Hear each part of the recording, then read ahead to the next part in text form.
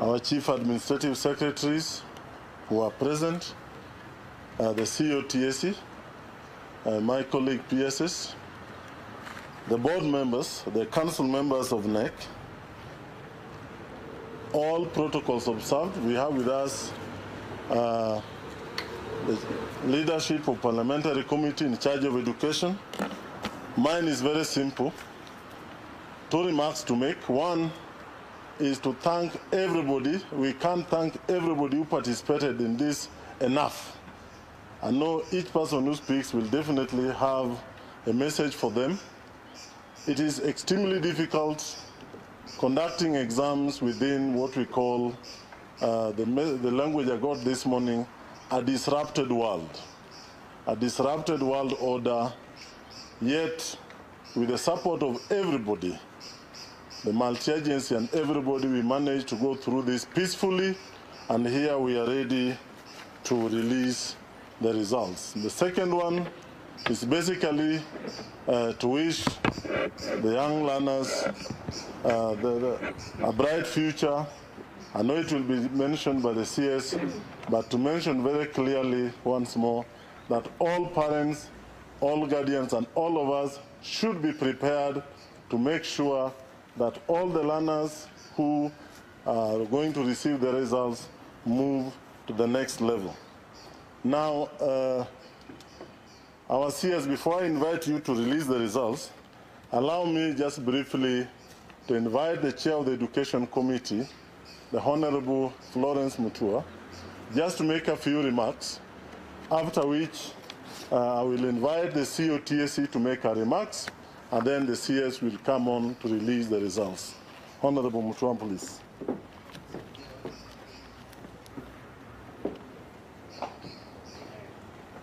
Karibu.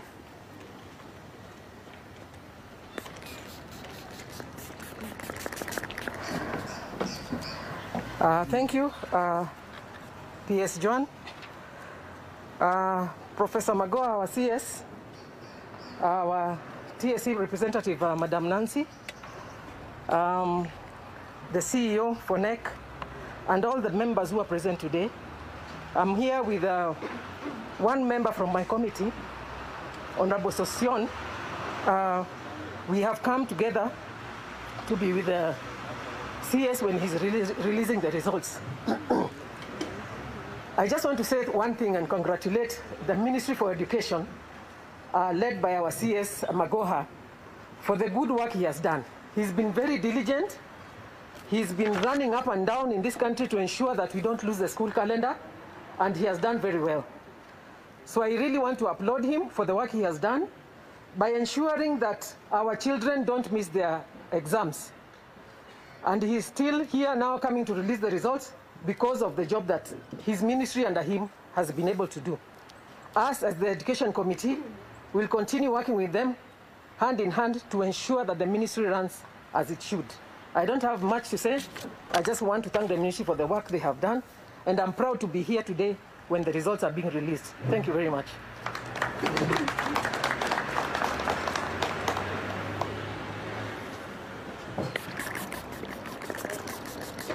Thank you, Honorable Mutua. I didn't mention Honorable Sosion under the unions because I presume he's here in 2 capacities.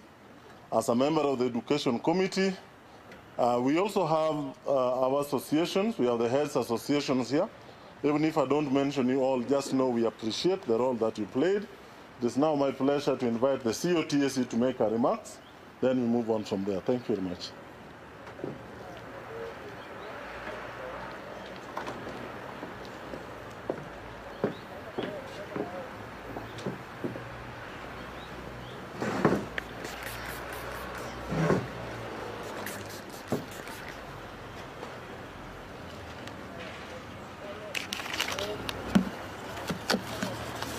Our CS, Professor Magoha, Honorable Mutua, all the CSs present, the PSs, the NEC Council and CEO, senior officers in the education sector, representatives of the unions present, heads association, esteemed stakeholders, ladies and gentlemen, good afternoon.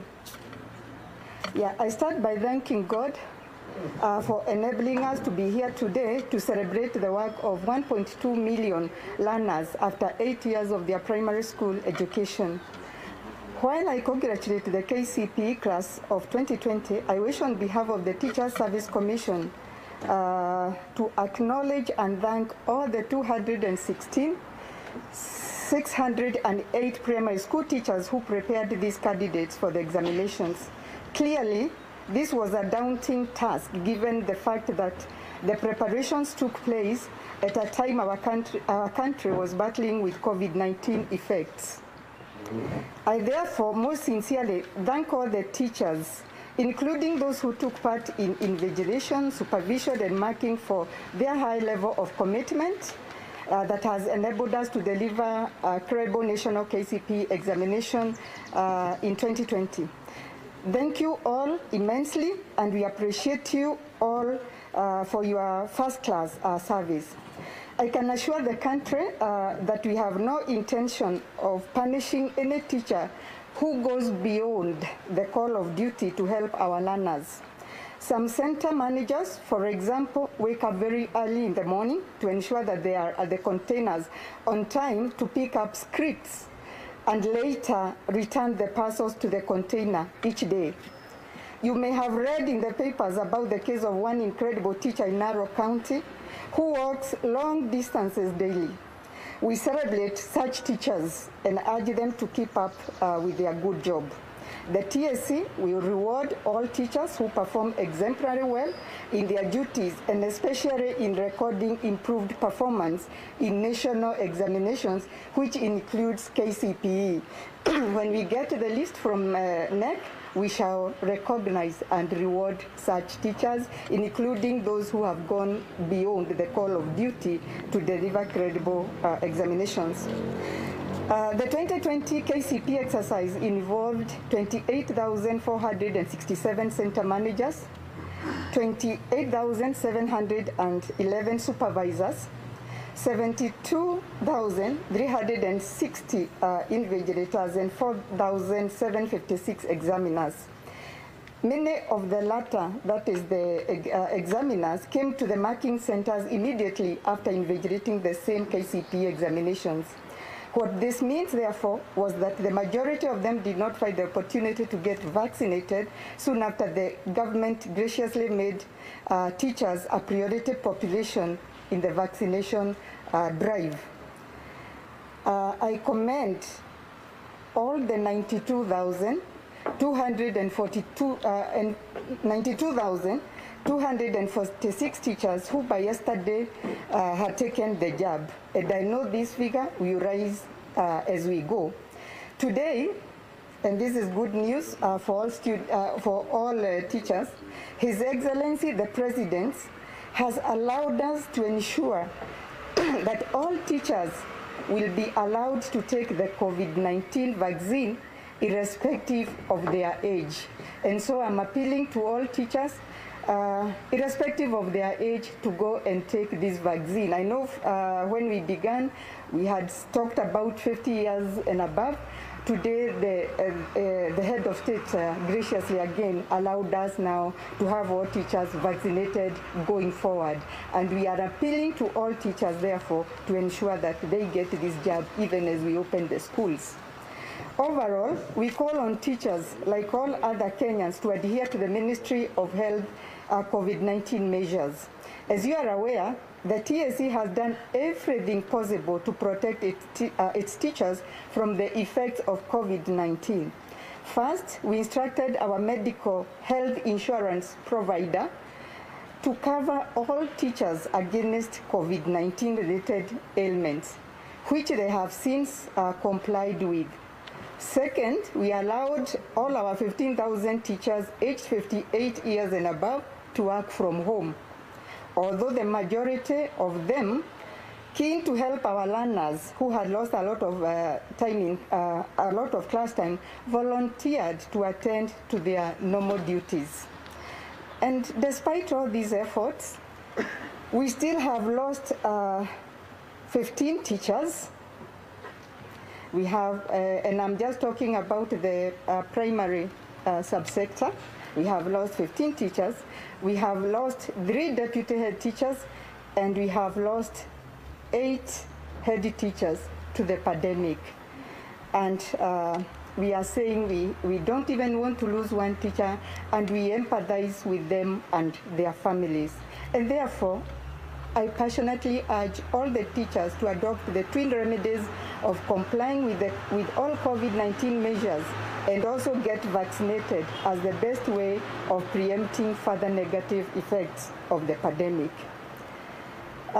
We ask teachers, therefore, to refer to the list of the 622 COVID-19 vaccine centers on the TSC website for ease of reference. Some of the accredited providers by MOH are in the teachers' medical scheme, making it easier once again for teachers. And this is something we have tried to emphasize from the beginning because we want to have healthy teachers in class. We will continue to work with the MOH to ensure that all the teachers are safe and sound as they get to the classes. I wish to appeal and encourage examiners who will be traveling for the marking exercise of the Kcpe next week to ensure that they are vaccinated before their travel to the city and its environs. But in conclusion, I wish once again to thank all the teachers for their enormous contribution and sacrifice in preparing the candidates under a very challenging COVID-19 pandemic period and working at the very, very difficult and strange times that we are going through. As a commission, we are very proud of our teachers, and indeed, we will always be there, and we urge them to work even more as we forge forward to ensure that our learners are safe and that we also propel the country forward. Thank you very much indeed.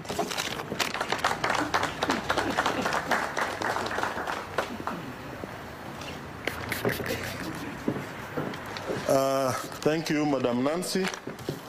Indeed, I must admit that our teachers have done a tremendous job, as I said, within the context of a disrupted world. And to add to that, I want to assure everybody that we are making all arrangements to ensure that the teachers who will be coming to mark KCSE, all the way from the chief examiners to the team leaders, to the ordinary examiners, arrangements have been made to make sure that they find their way to the marking centers safely. And as Madam Nancy has said, we encourage them to take the vaccine before they get here. Now, allow me, before I invite the CS, to introduce the board members, the council members of NEC who have spent sleepless nights to ensure that this exam is a success. The chair is not in, and so I will do this on his behalf. We have Madam Rosemary Saina, who has been standing in for the chair. We have Colonel Owambo, we call him Colonel, in charge of all our security and logistics. We have Mr. Martin Okio, who is also a council member. We have Dr. Spotter, a council member. We have Professor Gur, council member. We have Professor Ngondo, council member. We have Mr. Kugeri, who is not here. Then we have Mr. Rutere. Mr. Rutere is around. We have Madam Gaturu, who is also not here with us, but with us in spirit. We have Madam Nancy, who has just talked. Then we have Madam Mercy, who is the CEO and Secretary to the Council, and myself as the PS in charge. Allow me also to mention that of our Chief Administrative Secretaries, we have Mr. Noor, just in case some don't know him. Then we have Madam Momina, just in case.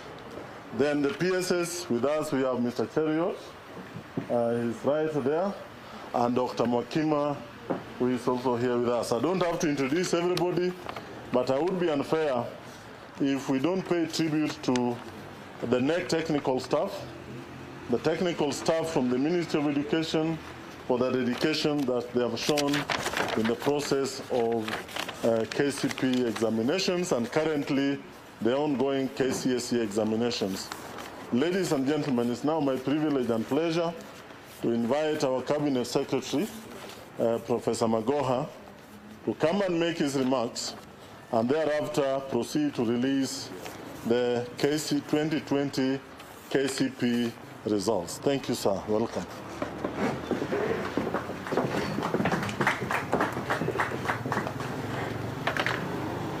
Oh, okay.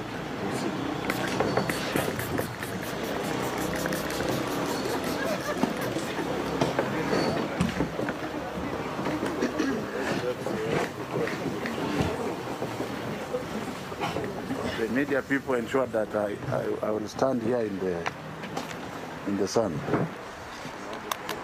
Fanya hapa, hapana cheza na hii kitu.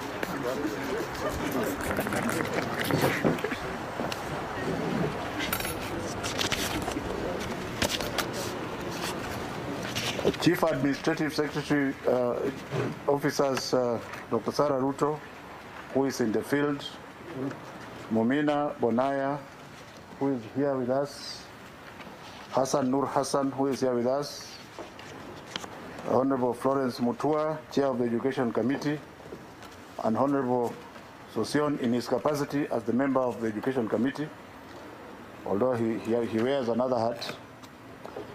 Principal Secretaries, Dr. Julius Juan, Margaret Mwakima, and Alfred Cheriot, Chairperson of the Kenya National Examination Council, Dr. Msati, who is indisposed, Chief Executive Officer of the Teacher Service Commission, Dr. Nancy Njeri Macharia, Chief Executive Officer of the Kenya National Examination Council, Dr. Mercy Karogo, NEC Council members, senior officers of the Ministry of Education, representatives from teachers' unions, NAT, Kcpe, Kenya Private Schools Association, the Kenya National Parents Association, the Heads Association of Primary and Secondary Schools, members of the media, distinguished ladies and gentlemen. Let me start by thanking God the Almighty for enabling us to hold this ceremony here today. I cannot take for granted His abundance, His gift of life, and His enormous blessings to our country and all of our citizens that has made it possible for us to sit here today and to celebrate the hard work of our 1,179,192 Kenya Certificate of Primary Education candidates. This looked like an imaginable thing to do just a few months ago. It is indeed a special moment for all of us, both in its timing and atmosphere. It is the first time that we are releasing these results in April. It is also the first time we are releasing the results when the country is busy managing the effects of the COVID-19 virus that is foreign to the whole world.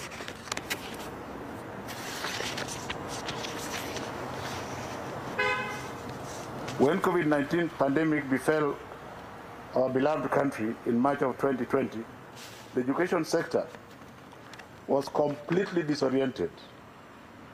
The future of our 15 million basic education learners seemed thrown deep into turmoil and confusion. We were simply at crossroads. Because we are fighting a disease which is confounded, even top-grade medics, my most humble self being one of them, did not know how long our schools would remain shut following the extended closure that was meant to help the country to manage the pandemic. Indeed, many people predicted doom and gloom for the education sector in this country.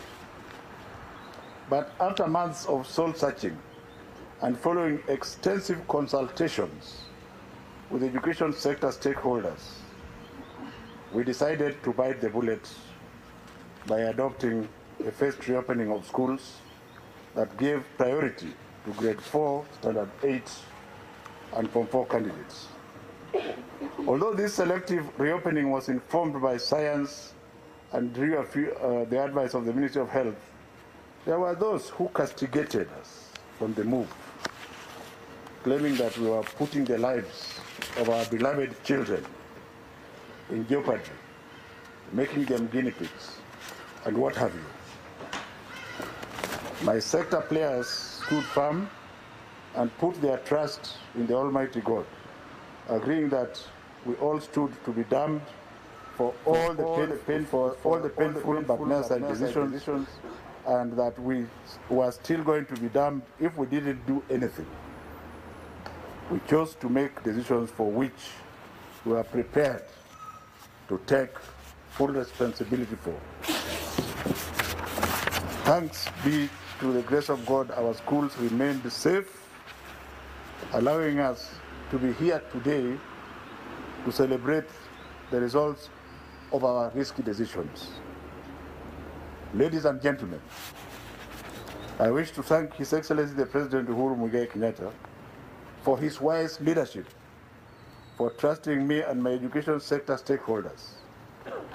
Over the challenging 1 year, His Excellency the President has given unfettered priority support to the education sector, always guiding and supporting us to ensure that the gains made in guaranteeing the bright future for the Kenyan children are not lost.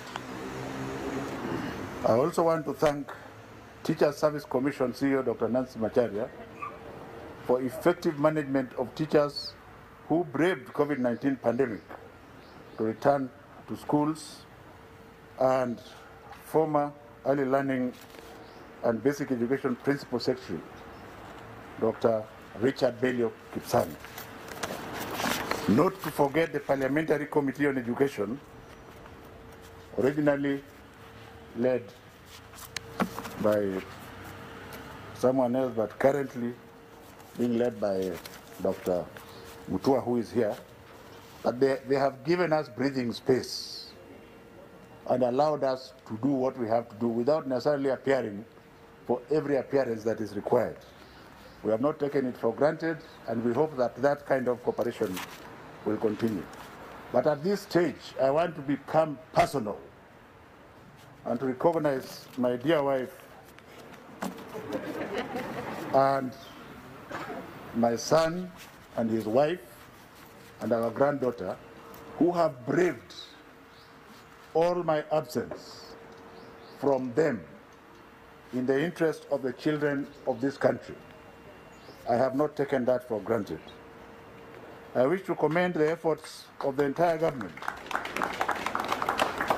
I wish to commend the efforts of the entire government officers who work under multi-agency examination monitoring team, anchored on the firm leadership of my colleagues at the Ministry of Interior and Coordination, headed by my friend and colleague, Dr. Fred Okengo Matiang'i, and the CSICT, Joe Mucheru.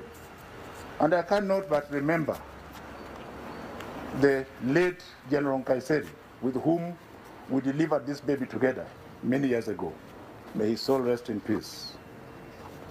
As far as the opening school for the third term is concerned, as part of our efforts to recover the lost time following the long closure due to COVID-19 last year, we reorganized dates for schools in a manner that would help us recover lost time.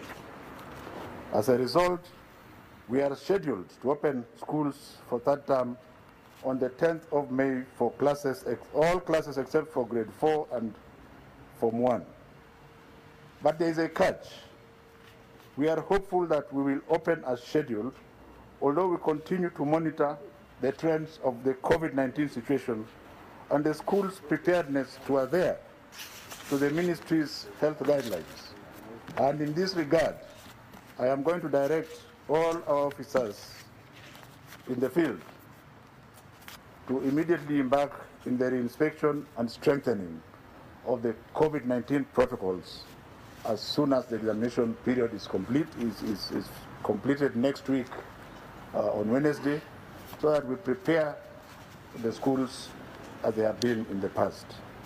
This morning, His Excellency the President has directed that all teachers and support staff in our schools be allowed to take COVID-19 vaccinations as part of the measures to ensure that our schools are safe from the virus. At this same time, the ministry will immediately start preparations to mount Kcpe 2021 examinations. This means that as soon as we release these results, we are going to direct Kenya National Examination Council to start preparing tests that shall be administered later this year, flowing into early next year.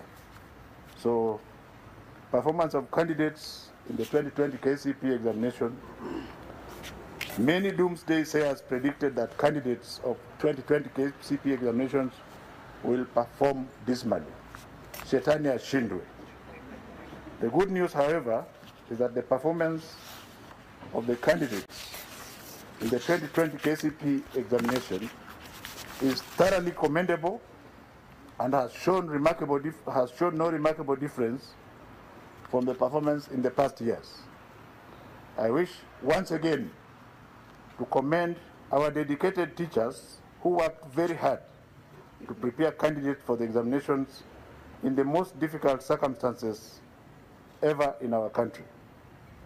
I also thank the government under His Excellency Uhuru Muigai Kenyatta for working with our development partners to avail Kenya shilling 1.1 billion COVID recovery fund, part of which enabled the Kenya National Examination Council to very quickly conduct an entry assessment test as soon as the children reopened.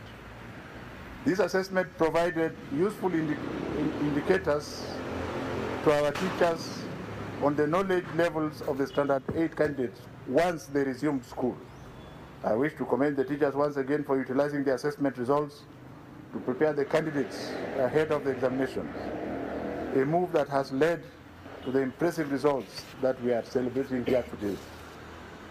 Indeed, ladies and gentlemen, we traversed the country during the monitoring exercise of the examination, and we came face to face with confident and cheerful children, all masked, who appear to have been very well prepared.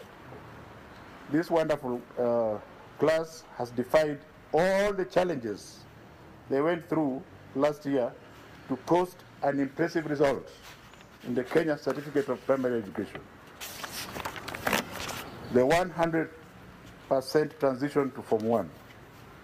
Ladies and gentlemen, all the 1,179,192 candidates whose results we are releasing today shall be admitted to secondary schools under the government's 100% transition policy.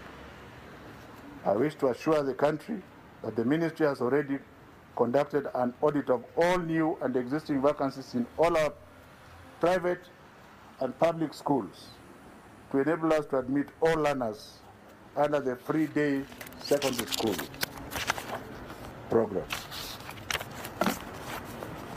We are therefore determined to work with the relevant agencies to ensure that no candidate misses a place in secondary school. In the meantime, I urge all parents and guardians to take good care of our beloved children so that all of them are able to take up their Form 1 spaces in schools that they shall be admitted to.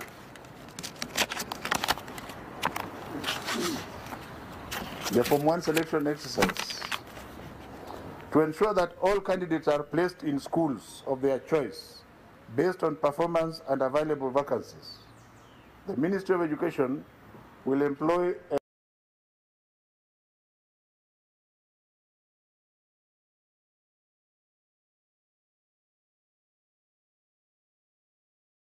watertight system that will be both credible and of high integrity.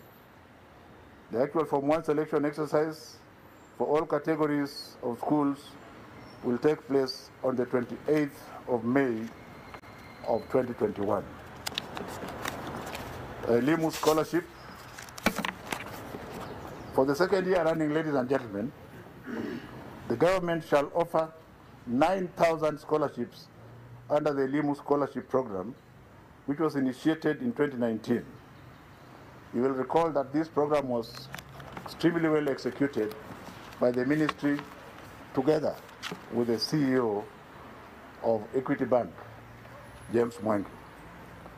Reports from all our public schools show that the 2019 candidates who benefited from the program are doing exceptionally well in schools where they were admitted.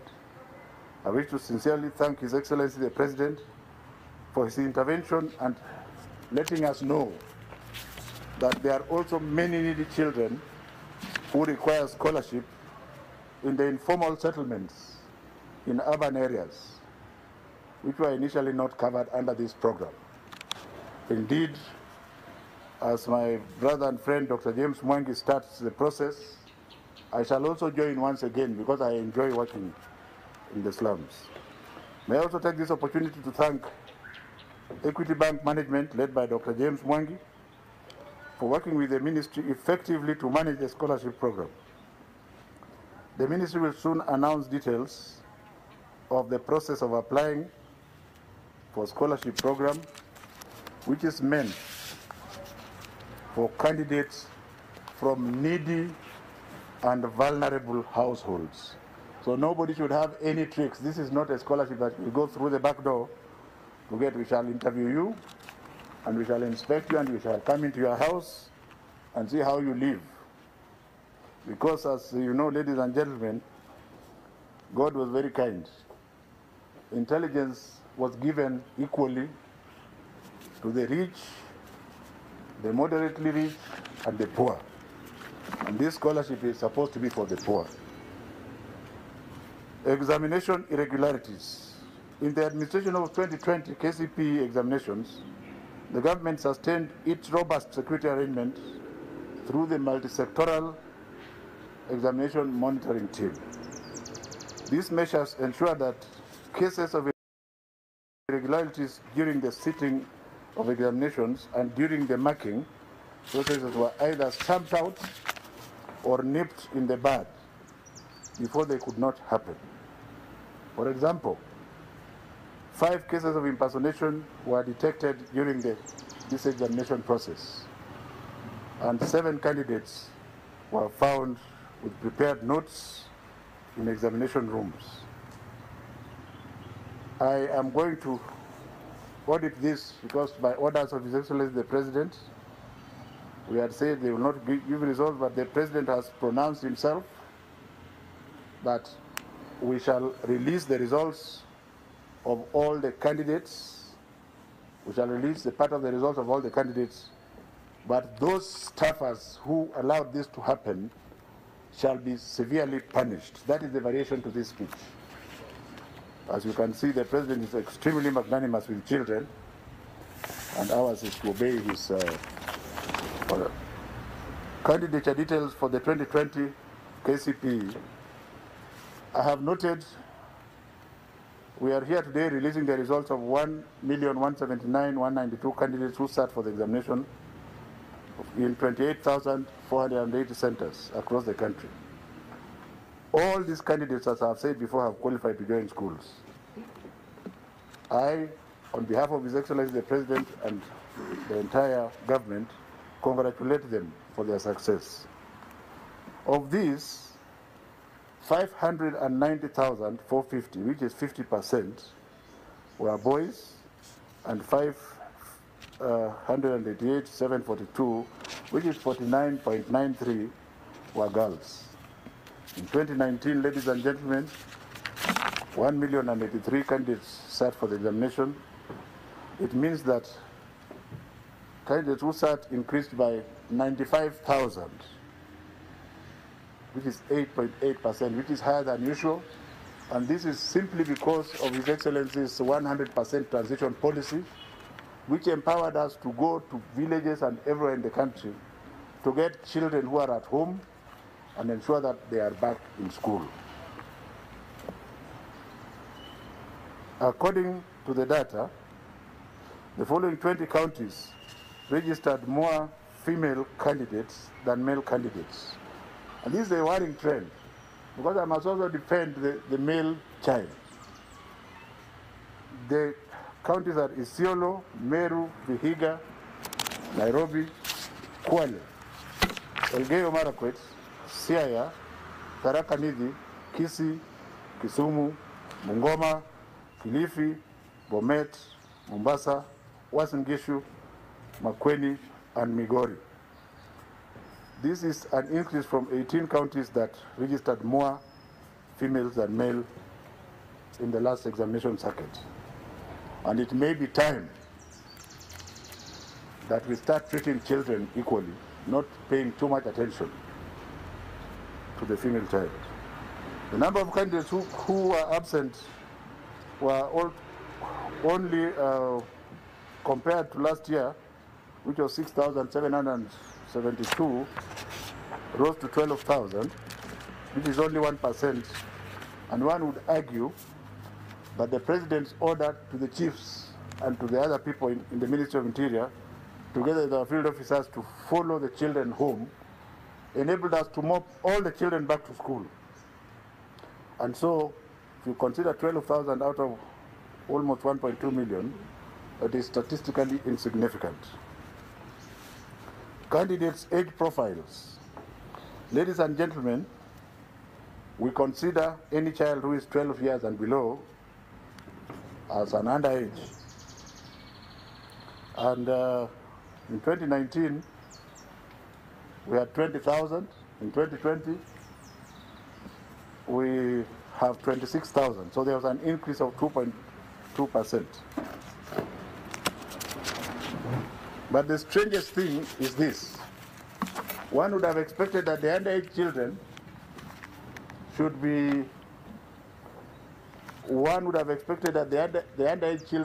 be, from the cities, where the parents are well-to-do. But the majority of them came from West Pokot, which is 999, Bomet 1,595, Baringo 1,013, Kericho 1,069, and Bungoma 2,556.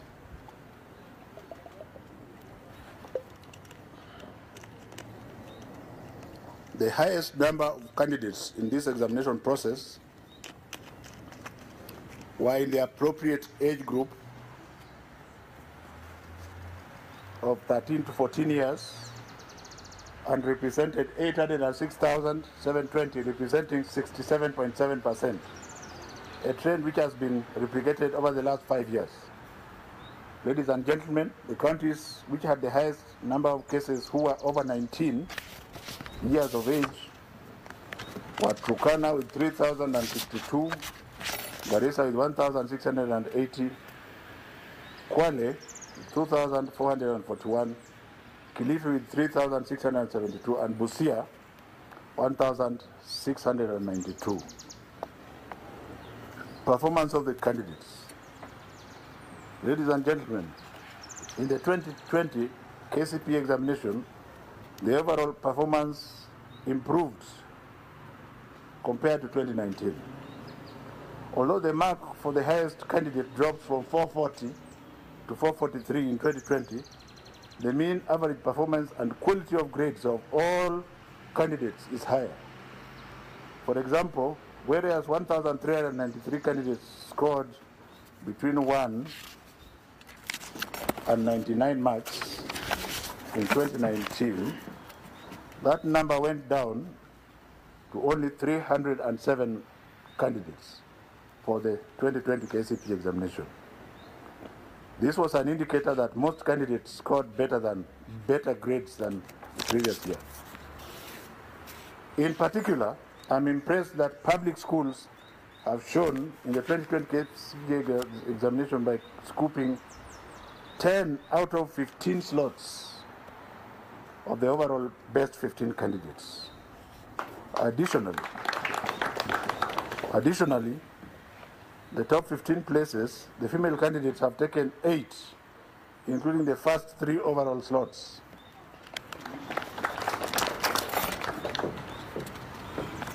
I will read a few of them because this will be given to the press. The first candidate, who is now the best candidate in the country for this year, is female Mumo Faith Kawi from Karimwailu. It's a public school and her score is 433. The second candidate is another female, Wesonga Yuvet Nanzala from Chogoria Girls with 432 marks. She's tied in that position with Muridhi Angel Gakenya, Maseno Girls Boarding School with 432 marks. The next one is Wanyonyi Samuel Mahanu, Nzoia Sugar Company with 431 marks.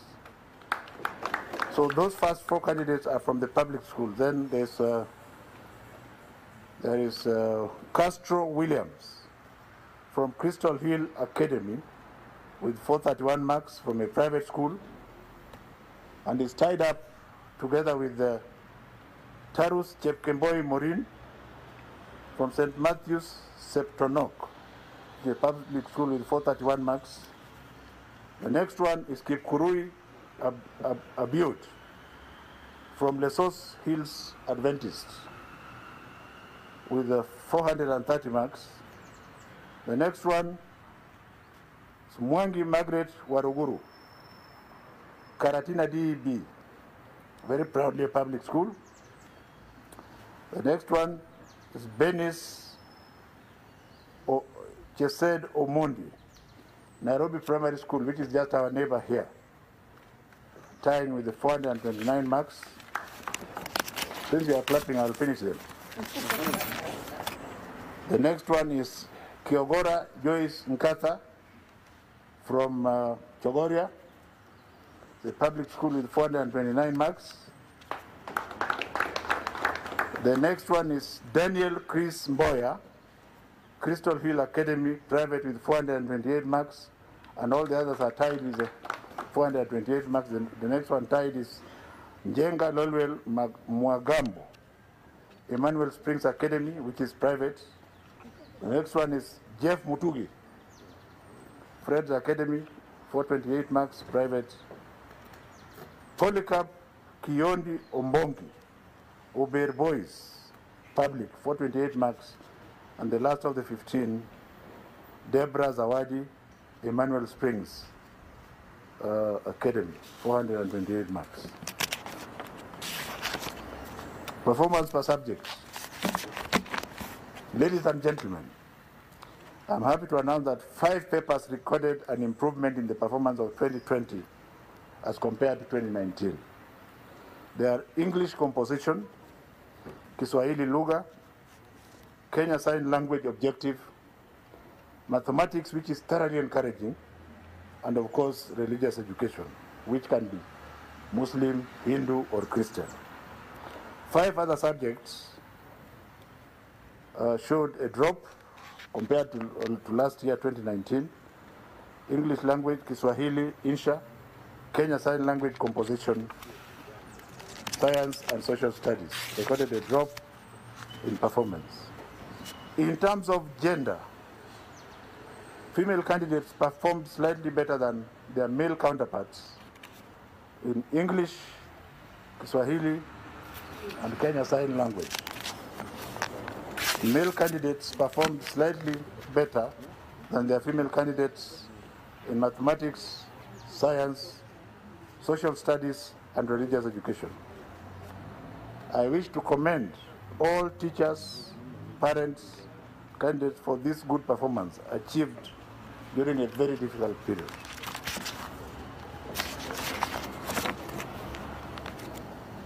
There is a timetable that I'm going to release to the press. I will not go through it, but I will say 1 or 2 things. in terms of comparison, comparing 2020 to 2019, when we look at the candidates who have scored between 400 and 500, this year we have 8,091, which is 0.68%, as compared to 2019 where we had 9,600, which was 0.89%. But the earth-shaking information is when you come to 300 to 399, this year we have a staggering 282,000, representing 23.67%, compared with the 2019 when we had only 223,000. Even of greater importance, ladies and gentlemen, 200 to 299 has 589,000, representing close to 50%, which is thoroughly commendable. This table will be given to you, and I don't think I should go through all of it. Our candidates with special needs, the ministry and His Excellency the President remains totally committed to the dignity and total care of these children with special needs. And we assist them by adding them between 30 and 45 minutes when they are doing exams. The number of candidates with special needs this year, in the year 2020, was high, 2,675, when compared to 2019, when there were 2,407. The categories with the highest number of candidates with special needs in 2020 also are those with physical disabilities, which is 1,200, followed by those with hearing impairments and then seeing impairments. The highest SNE candidate is very competitive because the person scored 420 marks compared with the top candidate in 2019 who scored only 414. The improvement further underscores the fact that performance of 2020 was commendable and that SNE children, given a fair and conducive environment, can excel. Overall performance of SNE is as follows. 400 to 500, we had 9 of them. 300 to 399, we had 318. 200 to 299, we also had a larger number of 897, out of a total of 675, comparable to 2019. Now the list of SNE candidates, this was a request by His Excellency the President that we also read the list of the top 9 SNE candidates who scored above 400. And the first one is Brian Otundo from Set Green Hill Academy with 420. The second one is Kibet Gibson Ndiema, Malondo CBM, 411. The third one is Kioko Joseph Kialo, Kangundo DEB with 409. The fifth one is Isibwa Blessings Monica, Mukumu Girls, 409. Also jointly tied with 409 is Naomi Yvonne Omare, St. Luanga Njoro Catholic, 409. Number 6 is Joseph Muya Rita, Young Achievers School, 407. 7 is Frida Mahamoud Shurie, Young Muslim Academy, 405. Number 8, Fidel Odera Ouma, Kari DEB, 402. And finally, last but not least, Kaita Edgar Wilson, Lukuna School, Public, with 400 points.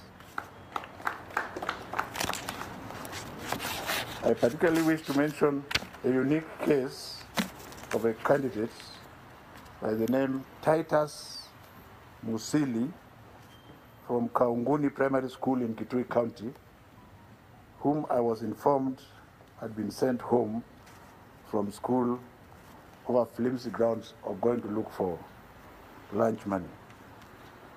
He ended up missing with the English composition paper.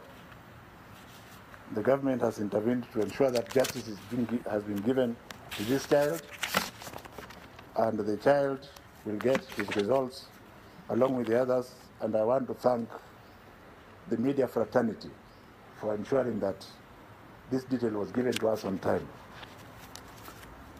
Assessing the 2021 Kenya Certificate of Primary Education results. Ladies and gentlemen, as is our tradition, Kcpe examination results will be collected by respective schools from sub-county education officers. Candidates should therefore collect their results from their respective examination centers. Individual candidates' results can also be assessed by sending candidate's index number followed by the initials Kcpe through a short message service, SMS, to 2006.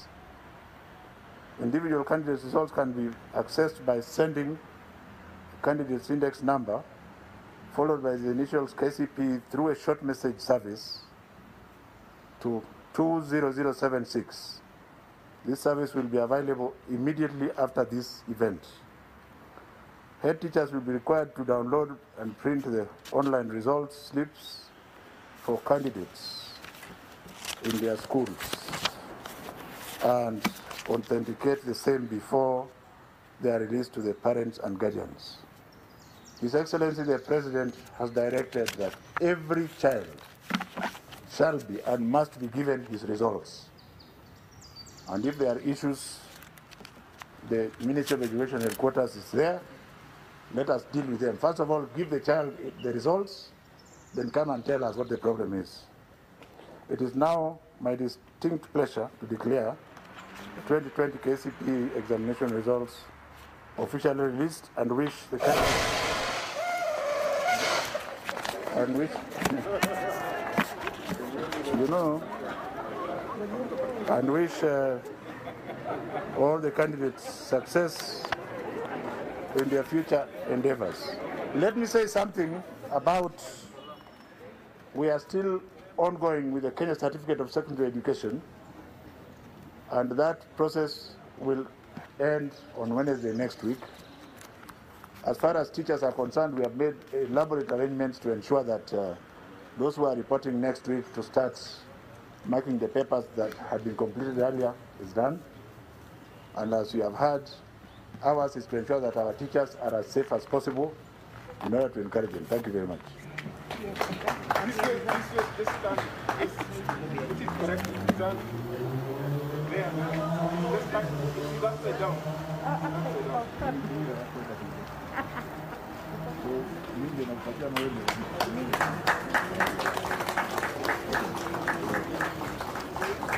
Okay. Thank you very much. There is no handshake this time.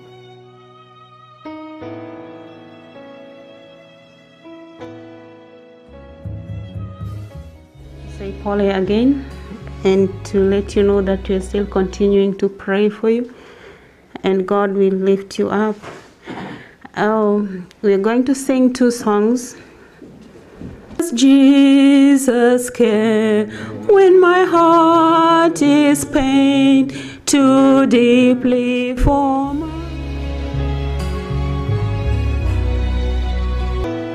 Wono nabo iratuke umuyiganoro kwa wenerete guikirana kurinde tuikiraniti neba ne nyangi amatanga wose muyiga onde bwensi abagusi Global Radio nigo tukubikira umuyiga oyu asomotandao oyo sonche asenchira yeyemo aseyemo kuragani ogwa kwa wichibicha kubwa. But we didn't make it because of the